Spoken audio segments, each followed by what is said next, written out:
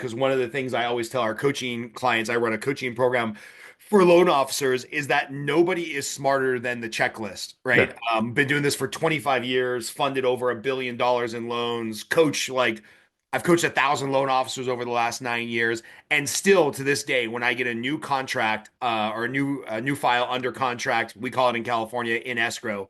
Yeah. Uh, I still pull out the checklist. Okay, is there solar? Did we miss something on the credit report? Are you a junior or a senior? Where is your good faith deposit coming from? Like, just nobody is smarter than the checklist. And every time I'm in a rush and I take that phone call from my car when somebody goes under contract, we miss something and then Yeah. it blows up the rest of the deal and creates a 3 or 4 star experience instead of a 5 star experience. So, yeah, I'm a big fan of the book, The Checklist Manifesto. I would say I've read probably 10 books that really like changed the course of my business or my life.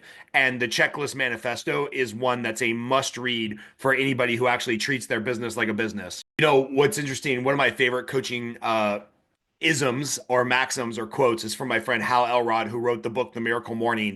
Love And the that book. coaching, yeah, great book. The coaching ism is every success you've ever had was preceded by a system.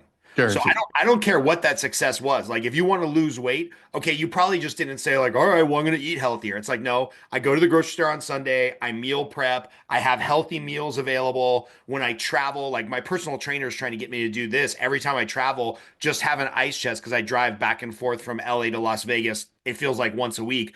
Well, now I have an ice chest of like a little cooler, cost me $100 on Amazon that plugs into my car, and I've got some protein shakes in there and some sugar-free beef jerky and whatnot. And not surprisingly, now that I have a system, I don't stop at Jack in a Box in Baker Yeah. and get 1,000 calorie horrible piece of shit burger, right? And a Right. large Carl, Dr. shout Pepper. out to Carl's Jr. in Baker, baby. I I'm a know, man. frequent I flyer. that's like my go-to. So like every success you're going to have in business, in your personal life, if you're trying to improve the relationship with your wife, there's a system. She doesn't know what it stands for, but over here I've got this little calendar where I just fill in, bubble dots like those old Scantrons, and I Yeah. have an HWHL so my wife doesn't know what it is. It's happy wife, happy life.